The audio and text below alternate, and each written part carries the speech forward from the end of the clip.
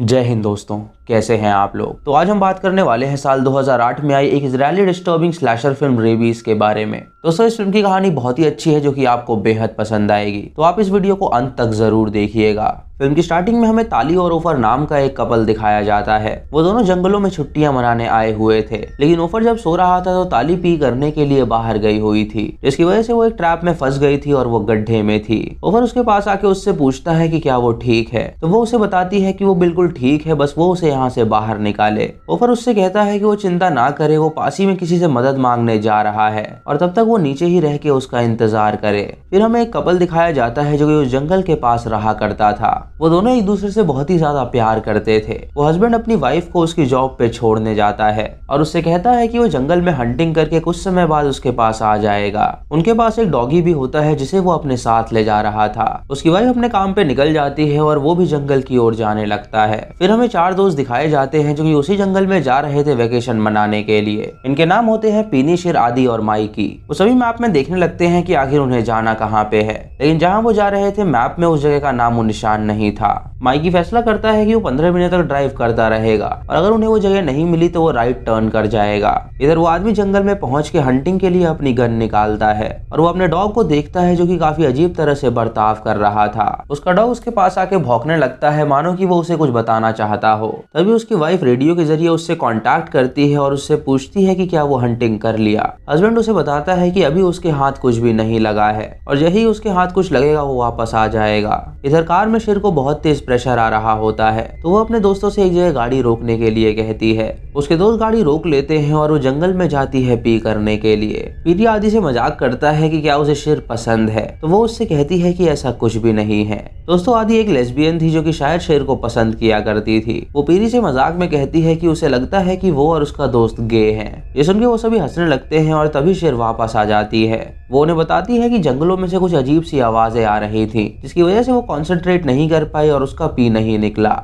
जब वो सभी आगे बढ़ते हैं तो उनकी कार के आगे भागता हुआ ओफर आ जाता है, जिसकी वजह से उसका एक्सीडेंट हो जाता है और वो जख्मी हो जाता है। वो सभी बाहर निकल के देखते हैं कि वो जिंदा है कि नहीं और तभी ओफर उठ के उनसे कहता है कि उसे उनकी मदद चाहिए। उसकी फियांसे एक गड्ढे में फंस गई है, तो वो सभी उसके साथ चले उसकी मदद करने के लिए। ये सुन के उन सबको उस पर विश्वास नहीं होता, लेकिन वो देखते हैं कि उसके शरीर से खून बह रहा है और फिर भी वो अपने फियांसे को बचाने की बात कर रहा है, यानी वो सच ही बोल रहा होगा। पीरी और माइकी लड़कियों से कहते हैं कि वो दोनों उसके साथ जा रहे हैं और वो दोनों कार के पास रह के पुलिस को कॉल करे ताकि वो उनकी मदद कर सके। इधर ताली जब ट्रैप में होती है तो उसके पास एक कातिल आ जाता है जो कि उसे ट्रैप से बाहर निकाल के क्लोरोफॉर्म सुंघाता है, जिससे वो बेहोश हो जाती है। इधर वो हस्बैंड देखता है कि उसका कुत्ता कहीं भाग के जा रहा है और वो उसका पीछा करते हुए आगे बढ़ने लगता है। उसका डॉग उस कातिल के पास पहुंचता है और भौंकने लगता है, लेकिन वो कातिल उस डॉग के पास जाके उसे शांत कराता है और उसके बाद एक चाकू से उसका गला काट देता है, जिससे उस डॉग की वहीं पे मौत हो जाती है। ताली की आंखें खुलती हैं तो ये सब देख के वो बहुत ही ज्यादा डर जाती है और वो कातिल उसके पास आके उसे उठा के ले जाने लगता है। फिर हमें युवाल नाम का एक पुलिस ऑफिसर दिखाया जाता है जो कि अपने पार्टनर के साथ ड्यूटी पे था। युवाल को खबर मिलती है कि उसके आसपास दो लड़कियां हैं जो कि उससे मदद मांग रही हैं, तो वो अपने साथी से कहता है कि वो जल्दी कार में आ जाए। वो उससे पूछता है कि वो फोन पे किससे बात कर रहा था, तो उसका साथी उसे बताता है कि वो अपनी बीवी से बात कर रहा था जो कि उससे रूठ के अपनी माँ के घर चली गई है। युवाल उससे पूछता है कि क्या वो हैंडसम लग रहा है, तो वो उससे कहता है कि वो ऐसा क्यों पूछ रहा है। वो उसे बताता है कि अभी उन्हें ऑर्डर मिले हैं दो लड़कियों के पास जाने के और अगर वो लड़की जवान हुई तो वो उनका फायदा जरूर उठाएगा। इस सुनकर वो दूसरा ऑफिसर कहता है कि वो सुधर जाए और ये सब काम करना बंद कर दे। इधर टाली अपने आप को छुड़ा के जंगलों में भागने लगती है। तभी टाली एक पेड़ से जाके टकरा जाती है, जिससे वो बेहोश हो जाती है और वो कातिल दोबारा उसे उठा के वहां से ले जाने लगता है। इधर वो हस्बैंड अपने डॉग का पीछा करते हुए वहां पे पहुंचता है तो उसे उसके डॉग की लाश मिलती है। ये देख के वो हैरान हो जाता है और सोचता है कि आखिर उसे किसने मारा होगा। तभी उसकी नजर उस कातिल में पड़ती है जो कि टाली को उठा के ले जा रहा था। ये देख के वो उन्हें बेहोशी के इंजेक्शन से शूट करता है, जिससे दोनों को गोली लग जाती है। वो टाली के पास जाता है और उसके मुंह से पट्टी हटाता है और देखता है कि वो जिंदा है और सही सलामत है। वो रेडियो के जरिए अपनी बीवी को ये सारी बात बताता है, लेकिन उसकी बीवी उस पर विश्वास नहीं करती। वो कहती है कि जरूर उसका उस लड़की के साथ चक्कर चल रहा होगा, तो हस्बैंड उससे कहता है कि ऐसा कुछ भी नहीं है। गोली लगने के बाद वो कातिल काफी दूर भाग गया था और कुछ देर भागने के बाद वो वहीं पे बेहोश हो जाता है। इधर युवाल और वो दूसरा इंस्पेक्टर वहाँ पे पहुंचते हैं जो कि लड़कियों से जांच पड़ताल करते हैं। दूसरा इंस्पेक्टर अपनी बीवी को वॉइस मैसेज भेजता है और युवाल उन लड़कियों को गाड़ी के सहारे उल्टा खड़े होने के लिए कहता है। वो हस्बैंड टाली को अपने ट्रक में सुला देता है और उसके बाद अपना ट्रक स्टार्ट करने की कोशिश करता है, लेकिन उसका ट्रक स्टार्ट नहीं होता। वो अपनी बीवी से बात करने की भी कोशिश करता है, लेकिन उसकी बात नहीं हो पाती क्योंकि उसके वहाँ पे सिग्नल बहुत ही वीक आ रहे थे। इधर युवाल लड़कियों की बॉडी को गंदी तरह टच करता है और उनसे कहता है कि उसे उनकी तलाशी लेनी होगी। आदि उससे कहती है कि वो कल्प्रिट्स नहीं है तो वो उनकी तलाशी क्यों लेगा। तो युवाल उससे कहता है कि उसे कैसे पता कि वो कल्प्रिट्स हैं या नहीं। इधर ओफर उन लड़कों को लेके उस ट्रैप के पास पहुंचता है और देखता है कि टाली उसके अंदर से गायब है। ये देख के वो उनसे कहता है कि जरूर उसे कोई ले गया होगा। ये अपने दोस्त से कहता है कि उसे लगता है कि ये आदमी झूठ बोल रहा है तो उन्हें जल्द से जल्द यहाँ से निकलना चाहिए। माइकी उससे कहता है कि उसे लगता है कि उसे मदद की जरूरत है, इसीलिए उन्हें उस बंदे की मदद करनी चाहिए। पीरी वहाँ से जाने लगता है और उससे कहता है कि अगर उसे उसके साथ नहीं आना तो कोई बात नहीं। तभी उसका पैर एक बेयर ट्रैप में फंस जाता है और माइकी उससे कहता है कि वो जरा भी ना हिले। इधर युवाल शेर को जब चेक कर रहा होता है तो वो उसके प्राइवेट पार्ट को टच करने लगता है। ये देख के आदि को बहुत गुस्सा आता है और वो उससे कहती है कि वो ऐसा बिल्कुल ना करे। युवाल उससे कहता है कि जब वो लड़की उसे मना नहीं कर रही तो वो कौन होती है उसे मना करने वाली। इधर पीरी, ओफर और माइकी प्लान करते हैं कि वो पीरी को बेयर ट्रैप से कैसे बाहर निकालेंगे। वो दोनों एक एक साइड से बेयर ट्रैप को पकड़ लेते हैं और पीरी से कहते हैं कि उनके 3 कहने पे वो ऊंची छलांग लगाए।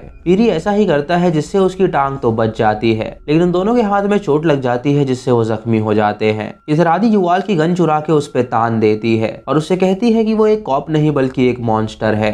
युवाल उससे कहता है कि गन चलाने की उसकी बस की नहीं है तो वो उसे उसकी गन दे दे, लेकिन आदि उससे कहती है कि अगर उसने एक कदम और बढ़ाया तो वो शूट कर देगी। दूसरा इंस्पेक्टर भी उसे समझाने की कोशिश करता है, लेकिन वो उस पे भी गन तान देती है। वो इंस्पेक्टर युवाल को समझाता है कि वो इन लड़कियों से पंगे ना ले, लेकिन युवाल नहीं मानता और उनकी बेइज्जती करने लगता है। तभी आदि युवाल को शूट कर देती है जिससे उसकी हाथ की उंगलियां कट जाती हैं। गोली चलने की आवाज सुन के आदि, ओफर और माइकी सतर्क हो जाते हैं। अपनी कटी हुई उंगली देख के युवाल को उस लड़की पे काफी गुस्सा आता है और वो उससे कहता है कि अगर वो उसे मिली तो वो उसे जान से मार डालेगा। आदि अपने दोस्त को लेके वहां से जंगल की ओर भाग जाती है और वो इंस्पेक्टर युवाल को गाड़ी में बैठाता है और उससे कहता है कि उन्हें अभी हॉस्पिटल निकलना होगा क्योंकि हॉस्पिटल में उसकी उंगलियां वापस जुड़ सकती हैं। युवाल उस पर गुस्सा करता है और उससे कहता है कि उसे अब बदला चाहिए। वो उसे हथकड़ी लगा देता है और गाड़ी की चाबी भी अपने पास रख लेता है। उससे कहता है कि वो जा रहा है उस लड़की को जान से मारने के लिए। वो इंस्पेक्टर उसे रोकने की कोशिश करता है, लेकिन वो उसकी एक नहीं सुनता।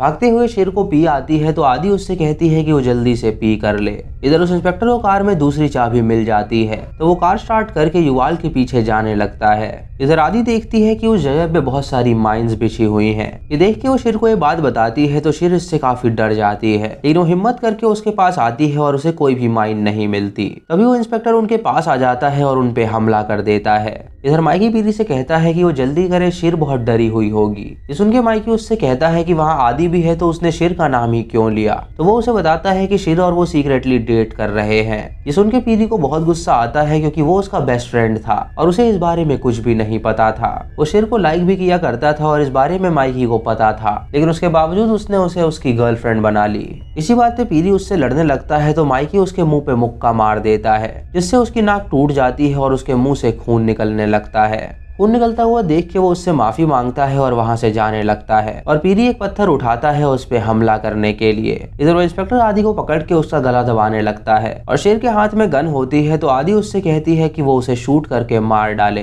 तभी आदि इंस्पेक्टर के पेट में कोहनी मारती है और अपने आप को छुड़ा लेती है और गलती से इंस्पेक्टर एक लकड़ी पे जा गिरता है जिससे वो लकड़ी उसके शरीर के आर पार हो जाती है। इधर उसका साथी उसे ढूंढ रहा होता है, लेकिन वो उसे कहीं पे भी नहीं मिलता। तभी युवाल के पिता का उसे कॉल आता है। उससे पूछता है कि वो कहाँ पर है तो युवाल उसे पहली बार डैड बुला के कहता है। उससे कहता है कि अब वो घर कभी नहीं आएगा और उनके बीच जो भी मतभेद था वो उसके लिए माफी मांगता है। इसी के साथ युवाल की वहीं पे मौत हो जाती है। इधर उस इंस्पेक्टर की बीवी उसे कॉल करती है और उससे कहती है कि वो मायके से वापस आ रही है। उसने उसे माफ कर दिया है और वो जल्दी से उससे मिलने के लिए घर आए। ये सुनकर इंस्पेक्टर खुश हो जाता है और अपनी बीवी से मिलने के लिए जाने लगता है। इधर पीरी बहुत ही गुस्से में था और वो बदला लेना चाहता था, इसीलिए वो एक पत्थर माइकी के सर पे मारता है जिससे जिससे माइकी की मौत हो जाती है। ये देख के वो सोचता है उसने ये क्या कर दिया, इसीलिए वो वहाँ से जाने लगता है। इधर उस हस्बैंड की कार स्टार्ट नहीं हुई थी, इसीलिए वो टाली को उठा के अपने ट्रेलर तक ले जा रहा होता है। ओफर जब ये देखता है तो उसे लगता है कि वो आदमी ही कातिल है, इसीलिए वो उसका पीछा करता है और उसे मारने का फैसला करता है।